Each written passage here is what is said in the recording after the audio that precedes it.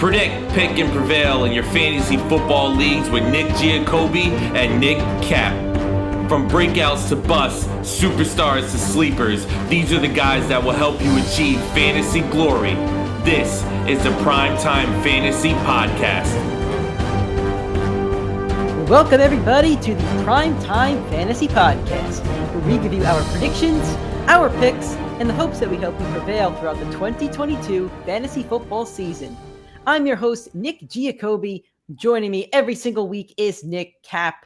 Nick, it's July 25th. We're at the end of July. We are just about 6 weeks away from the NFL season. Man, it's coming quick. We got preseason in 3 weeks, and that's when all the draft hype gets built. I mean, we've been hyped for months now. We've been hyped since playoffs of last year, but now it's really starting to kick in. Yeah, I think everybody's kind of getting the itch to get to those mock drafts, to get their drafts going. I have my dynasty draft less than 2 weeks away, the reigning champ that is. So I'm excited for all of it. We're going to get into some draft stuff in today's show. It's very draft heavy. This show and the next show will be very draft heavy. And we'll talk about that in 1 second. But first and foremost, thank you to all of you listening or watching us. We really do appreciate it. If you do want to continue listening to us, and please do, you can find us on Spotify, on Apple Podcast, Android Podcast, Anchor, anywhere where you could find a podcast, you can listen to the PrimeTime Fantasy Podcast. If you're on Apple Podcasts, please give us a 5-star rating and a review. I think they also do that on Spotify. It does help if you do those two small, very things that take you just about 30 seconds. If you're watching us on YouTube, hit that like button, hit that subscribe button. The YouTube is PrimeTime Fantasy Podcast. If you want to follow us on social media, and please do, it's Instagram, Facebook, and Twitter at PrimeTimeFFPod. We'll have a lot more content coming to you during the season, but for now, we mainly just have the podcast going. We'll have more content coming up in August and throughout the 2022 fantasy football season. All right, those are our plugs. Got them out of the way. Let's get into the action. We're going to do 2 episodes this week. One today, one later this week. I think we're going to drop it on Friday. They're each going to kind of tie in. So what me and Nick did, we each did a mock draft on ESPN. 10 rounds, 10 people per league. Full PPR scoring system. That's the standard that most people use. And what we did was we each selected one player from each round that we love and we hate. Shout out to Matthew Berry, who just left ESPN, but he does a love-hate. But he kind of did something like that. So it's a player that we think we're getting a lot of value in each round, or not getting a lot of value in that we want to avoid. So in today's episode, we're going to run through rounds 1 through 10. Me and Nick are each going to give you a player that we love for each round. Then in that episode, it's going to come out later this week, we're going to go through rounds 1 to 10 again. But this time, we're going to give you players that we actually don't like and we think you should totally avoid. Today's the positive one. So Nick, let's get into it. Our ADP best bargains. We're just going to go 1 to 10. So let's get your number 1, Nick. What is one player from round 1 that you think you need to draft in fantasy football this season? He's someone that I think has the upside to finish at the RB1. He's someone that I think has the floor of the RB5, and that is where he's being drafted. It's Najee Harris. Najee, year 2 running back, had 400 touches last year. Mike Tomlin came out and said they want to try and limit that to 350, but limiting a running back to 350 touches in a season, that's already a safe floor, saying that's what we wanted to limit it to. That means the ceiling's above that. That's the floor. The floor is 350. Najee has that safe upside. He's going to find the end zone. He's going to get receptions. He's going to get rushes. They upgraded that offensive line. We've always, for the last 2-3 years, everybody's been saying, what will that Steelers team be without Big Ben? You finally get a chance to see it.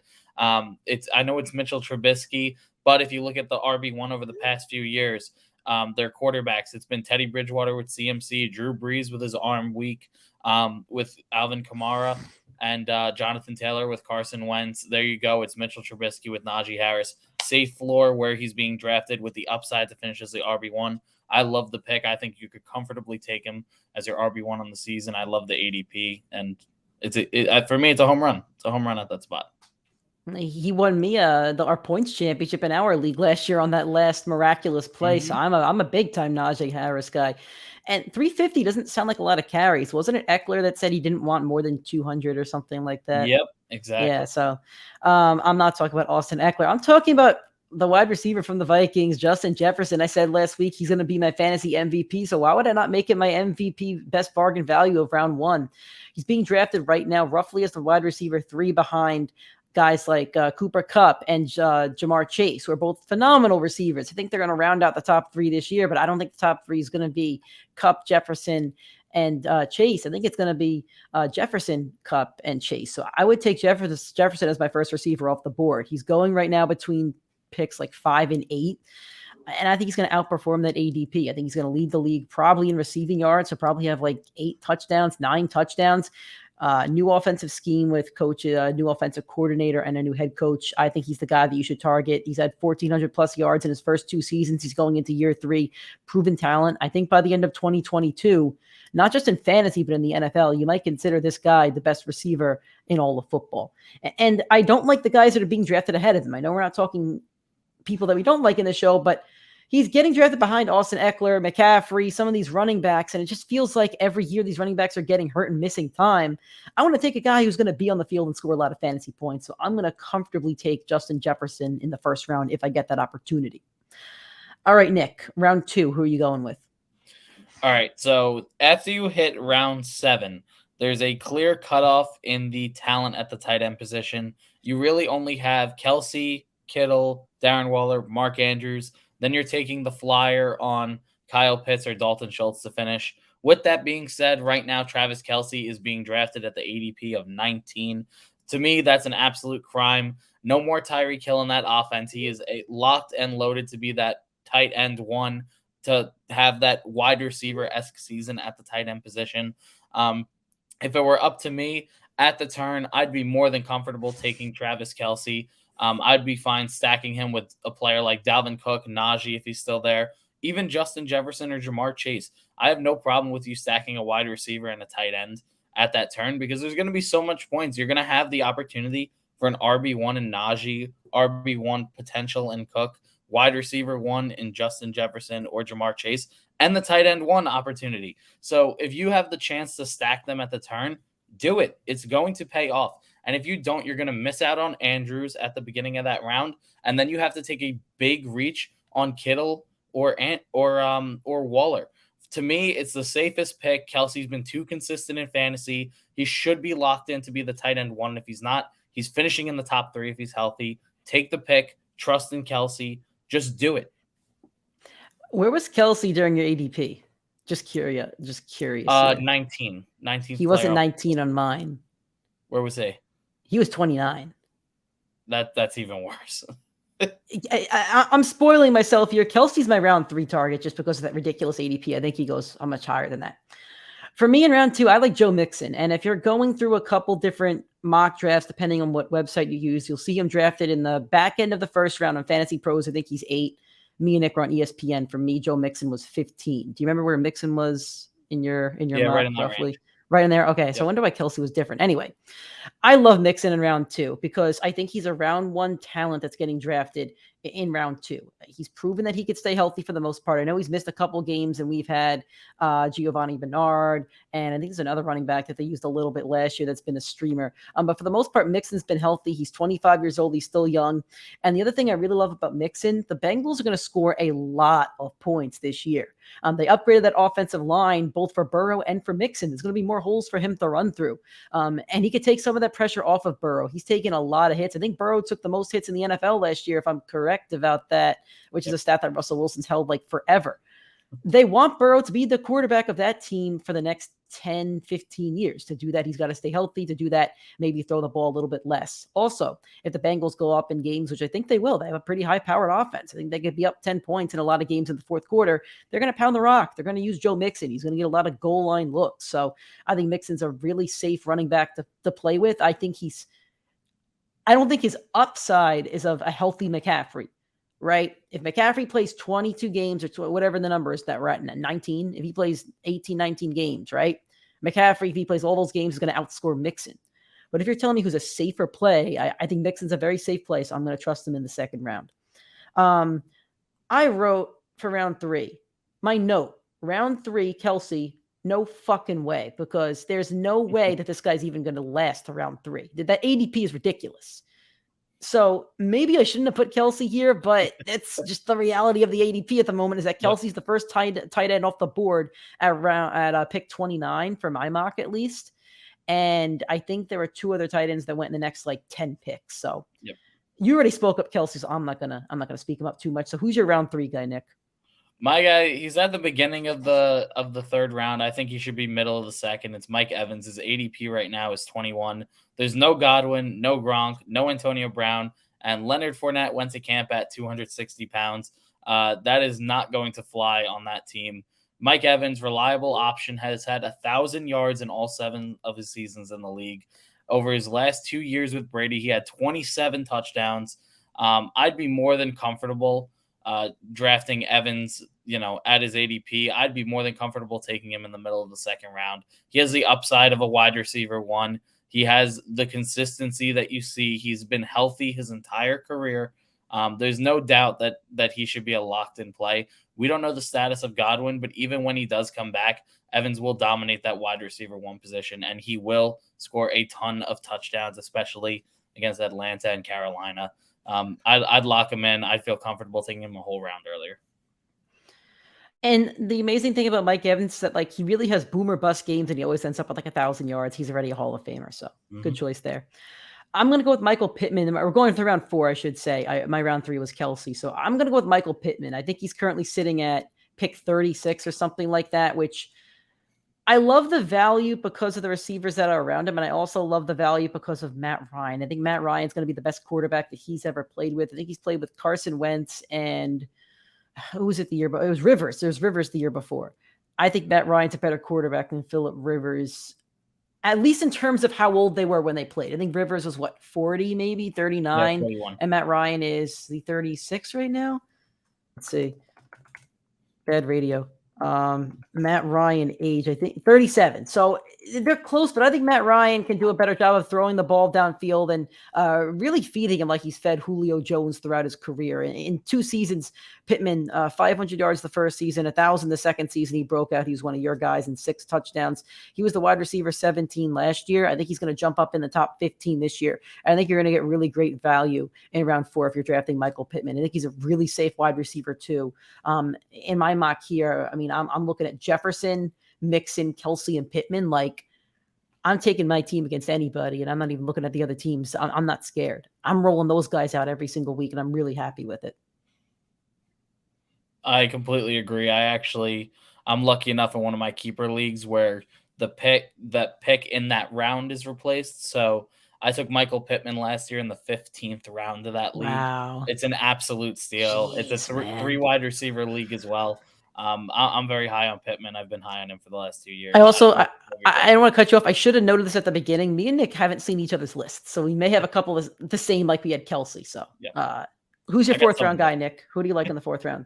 Okay, so there's someone here that to me it makes 0 sense. They've been too consistent for too long. I know that this player has a big question mark around him with health and with the backup taking over his position potentially, but it's Ezekiel Elliott. Right now, he's the one guarantee in Dallas. He's going to get touches over the last 3 years of his career. Well, actually, it was over his entire career. He's seen over 220 carries per season.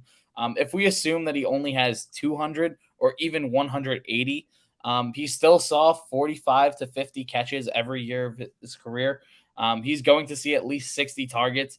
If you do that combination of a 20% regression, he's going to finish as a low-end RB1 or a high-end RB2, and his current ADP puts him as the running back 18. That's ridiculous. It's too safe of a floor, too much usage. He's guaranteed to have a, not an RB1 season, not an RB20 season. He's somewhere in between that 8 to 12 range, and he's being drafted around too late. He's being drafted 1 whole round behind Saquon Barkley. That is absolutely absurd. There's no reason for that to happen. Lock in Ezekiel Elliott at that 4th round. Take him as your RB2. It's pretty much a surefire. You're not going to get a running back with that much bell cow workload this late in your draft.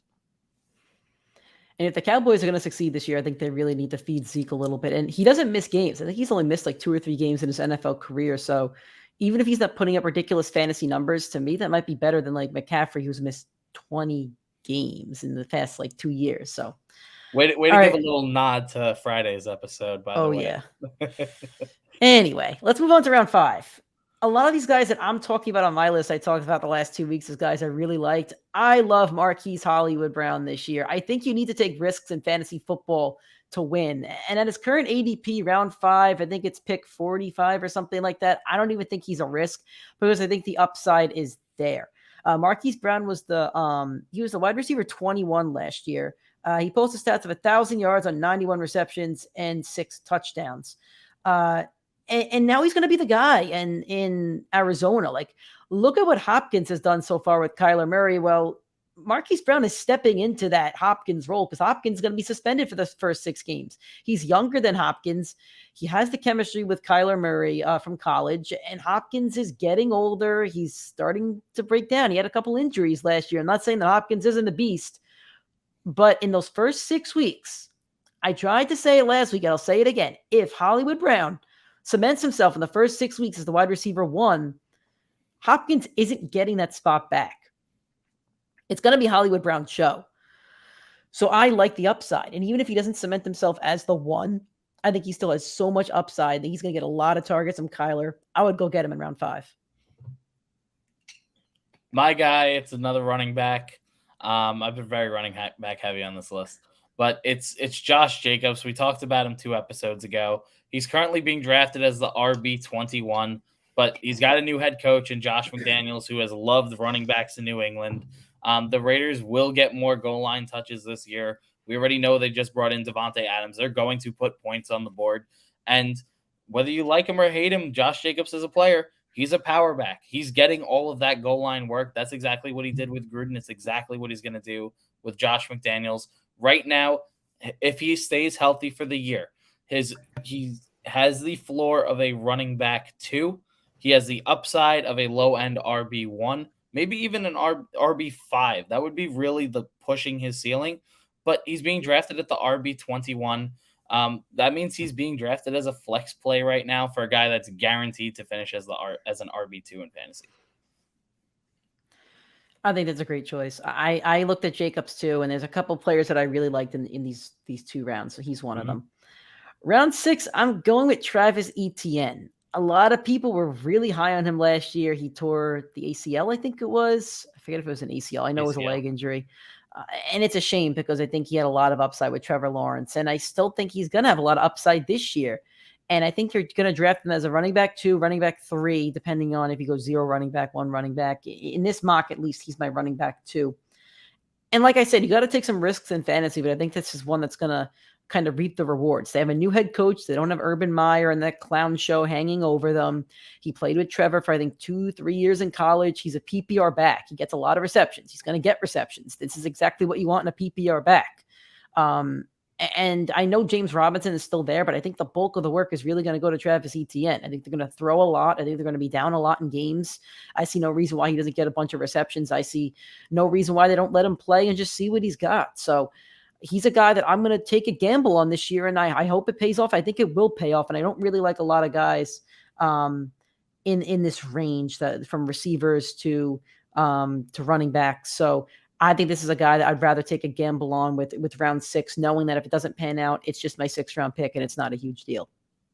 It's actually funny because I have kind of an opposite take because I love a lot of the receivers in this round, especially the guy I talked about him last episode, talked about him 2 episodes ago. You're going to get him more from me. Broncos country. Let's ride. Courtland Sutton, ADP. I thought about it. I knew you were going to pick him, so that's partly why I had to. It's way too low. He's going to be a monster with Russell Wilson. I like him over Jerry Jeudy. If you look at snap share last year, Tim Patrick and Courtland Sutton saw the field more than Jerry Jeudy percent-wise. I know Jeudy missed some time. It does not account for it counts for the time being missed on the snap share. On top of that, the new offensive coach, the new head coach that came from Green Bay, he is a 2 running back and 2 tight end set type of coach. That means Jerry Jeudy's not going to see the field nearly as much as Tim Patrick in a lot of those sets. Courtland Sutton has that guaranteed spot. He's a monster. He's a go-get-him type of guy. You throw that 50-yard ball to him, he's slotting right into that DK role with a much more consistent offensive head coach. I absolutely love Sutton this season. Over the last 2 years, the guy that was a league winner, Cooper Kupp, Stephon Diggs, 2 wide receivers that switched their team or that had their quarterback change to a veteran with a big arm. Matthew Stafford, Josh Allen. It's Russell Wilson this year. Other players I like in this round, Etienne, Cooks, Amon-Ra, Schultz, Kyler, Mooney, and Hurts, and I'd still take Sutton over all of them because he doesn't only have the potential to finish as a top 10 receiver, he has a potential to finish as the wide receiver 1 in fantasy in the 6th round. That's a bold statement. That's a really bold statement. I still think Adams is going to finish higher than him. That's value right there. All right, on to round 7. I'm going with Darren Waller. And I can't believe that he's in round 7 because he's a guy the last 2 years has kind of been going in rounds 3 to 5. I know last year he had a bit of a down year. I think he was a tight end 13. The touchdowns weren't great. He only had 2, I believe. But he did only play 11 games. So he's missing 5 games there. He still netted 665 yards. His fantasy points average was still 12.1. That's a higher average than the year before. And his 3rd highest average in his career. He's the last 4 years, all with the Raiders. His fantasy average for a tight end, 12.5, 12.7, 11.2, 12.1. That's a good number for a tight end in PPR scoring. This is round 7. I like Schultz a lot too, but I don't see how you don't want to draft Waller at round 7 for your tight end. If you're not going to get Kelce, if you're not going to get Mark Andrews, who I think is a phenomenal tight end, but might be drafted a little bit too high, take Waller, who's going to be on a Raiders offense. I think is going to score a lot of points. I think Derek Carr is going to have the most productive season of his NFL career. He's going to throw the ball to everybody. He's going to spread it around. He loves Waller in the red zone. He loves targeting him in the middle of the field. Adams is going to spread it, and so is Hunter Renfrow. It's going to leave a safety on Waller or maybe a linebacker. Waller's going to beat them in one-on-one coverage. I'm comfortable taking him in round 7. I'm comfortable as trusting him as my tight end 1. I think this is really low value, and I don't think he's going to be taken in round 7 in your drafts in about a month. I think he's going to be around 4 to 5 guys. There's always a round where the tight ends start to go, and he'll be one of the top 5 taken off the board, I believe. Yeah, I agree. One tight end always kicks it off, and Darren Waller will be that guy this year. For me, it's another running back. It's the running back 24, ADP 61. It is Elijah Mitchell. He has massive upside in that 49ers offense that always manages to put points on the board. He has guaranteed touches. There's no other San Francisco running back currently being drafted above the 50th pick, unless if you want to count Debo, who has already notably stated, I do not want to be used as a running back anymore because of the injury concerns and the injuries he has taken in his young career. It's the locked up job. For a team that is going to put on points, is going to have 12 wins, is going to be a playoff contender. Playoff contenders run the ball, they pound the ball, they make sure that they win those games. That's exactly what Elijah Mitchell's role is. He has a super safe floor with Kyle Shanahan as his coach, and he has a very high ceiling every week with multiple touchdown potential. If you're not taking Mitchell, it's time to aim for a quarterback. All right. If you're all in on this Eagles offense, I need to sell you on Devonta Smith. If you're not in my leagues, I need to sell you on Devonta Smith like I have in these past 3 weeks. Rookie season, 916 yards and 5 touchdowns. That's a pretty solid rookie season. Now he's entering year 2. He will not have the number 1 corner on, and that's going to A.J. Brown. Jalen Hurts is supposed to throw the ball a lot more this year. I say supposed to because he's never thrown 150 yards to wide receivers in his NFL career in 1 game. But I think that's going to change this year. I think Devonta Smith is going to cap an 1,000-yard season. I think he's going to hit at least 6 touchdowns, probably a few more. He's being drafted as the wide receiver 35 behind guys like Tyler Lockett and Amari Cooper, Brandon Cooks. I'm kind of spoiling myself for the next show. Drake London. These are all guys that I kind of don't want to touch.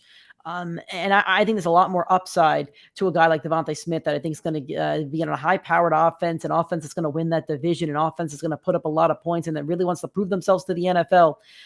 I'm going to take Devonta Smith with a lot of confidence in round 8 to be my wide receiver 4 or 5. He's going to be a flex guy, but I think he has potential to be your wide receiver 3 on your fantasy team.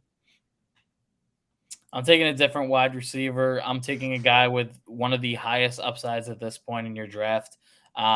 You're picking a flex player at this point, so you're just banging on high upside, and no one has more upside at this point in your drafts than the guy replacing Tyreek Hill in Kansas City. It's JuJu. I know a lot of people don't like him for his ticky-tock, but guess what? He was an all-world talent in the first 2 to 3 years of his career. He's being united with one of the best young quarterbacks in football, one of the best quarterbacks ever, in my opinion, in Patrick Mahomes. He has so much upside being drafted this late. He would start your season on your bench at this ADP. I know he's coming off the injury, but he played in Pittsburgh in that playoff game, which means he should be clear, good to go, no concern. Kansas City, over the last 3 years, has averaged top 5 points per game over those 3. And in Pittsburgh's last 3, they averaged in the bottom 20. So another concern of JuJu's was touchdowns, but it was the Steelers' offense that just wasn't putting up points. Kansas City notably puts up 27 to 32 points per game since Patrick Mahomes has gotten there. His touchdowns are going up. His usage is going up. His upside is there. You might as well take the flyer on a guy replacing one of the best wide receiving roles in your fantasy league of Tyreek Hill. Just ride with JuJu. All right. Round 9, I'm taking Rashod Bateman. I think there's so much upside to a guy that you're picking at pick 85, I think he's going at right now. This is going to be the wide receiver 1 in Baltimore. I know they don't throw the ball a lot. I know it's a running offense with Lamar and the Gus Bus and J.K. Dobbins. I know that, but Hollywood Brown had successful seasons over there. And in his rookie season, not super impressive. He dealt with some injuries, but he showed flashes. He still had over 500 yards. He still had a touchdown. He's had this offseason to kind of build some chemistry with Lamar Jackson. He'll be doing that through training camp. I think he's going to get a lot of targets. If he stays healthy, there's nobody else to feed in that offense. And it's a very well-coached team. I trust in Harbaugh. And it's a team that's going to put up a lot of points. They've always put up a lot of points. So I want a team that's going to put up points. I want a team that's going to try to feed their receiver. I trust him over guys like I said last round. I'm spoiling myself, but I don't want to go for a Tyler Lockett who's playing with Drew Lock. I don't want to go for a Brandon Cooks who's playing with Davis Mills. I'm going to trust Lamar Jackson. I'm going to trust him to give Bateman enough targets because targets means fantasy points in PPR. It's points per reception. Points per reception.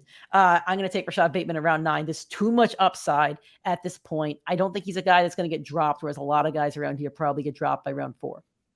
Not round 4, week 4, I should say. Excuse me. Hey, Nick.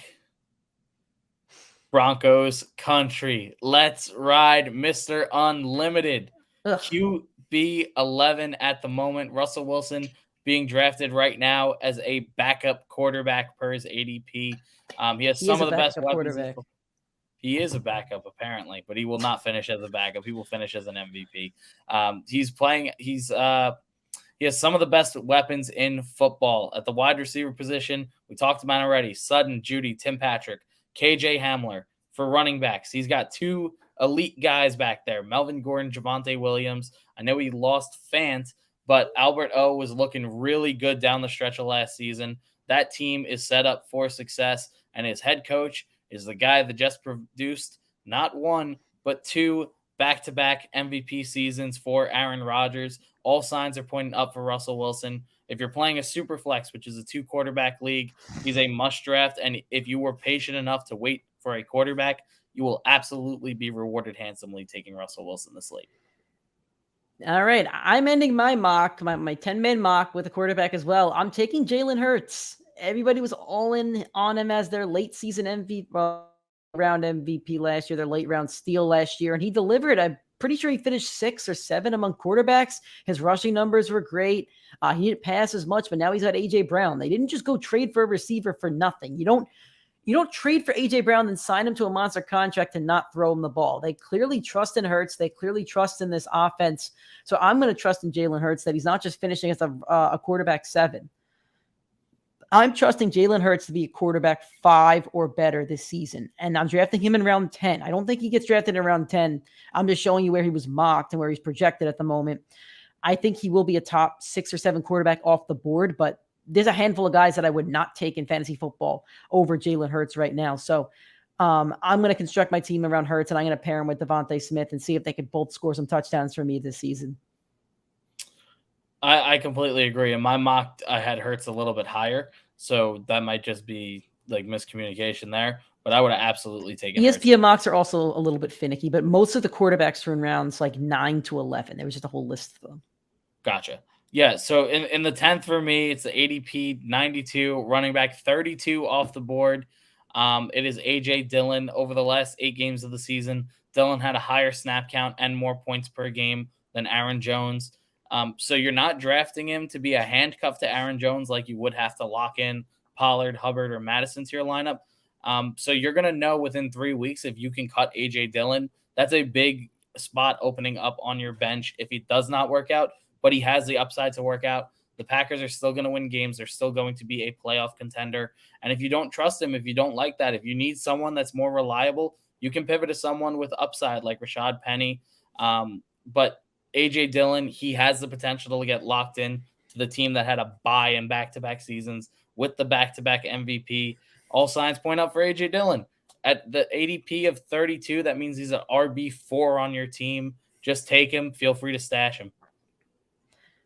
That's a good pick. That's a really good pick at this ADP. And he could be your James Conner of last year, your Leonard Fournette, guys that are drafted at rounds like 10, 9, 11. So I think that's a really good pick. Good pick on AJ Dillon.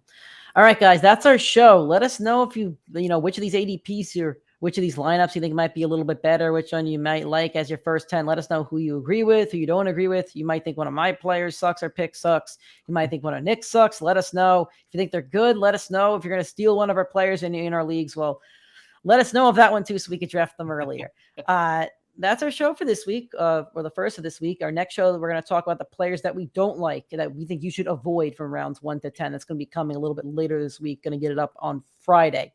If you want to listen to that, and please do, iTunes, Spotify, Anchor, anywhere where you could find the podcast, you could find the Primetime Fantasy Podcast. If you are on iTunes or Spotify, please give us a 5-star rating and a review. If you want to watch us on YouTube, YouTube's Primetime Fantasy Podcast. If you want to follow us on the rest of our social media channels, it's Twitter, TikTok, and Instagram, PrimeTimeFFPod, Facebook, and YouTube, Primetime Fantasy Podcast. Thank you, guys. Hopefully you like some of these players. Hopefully we convinced you on some of these players, and hopefully you'll get to draft some of them in the next month. We'll speak to you on Friday.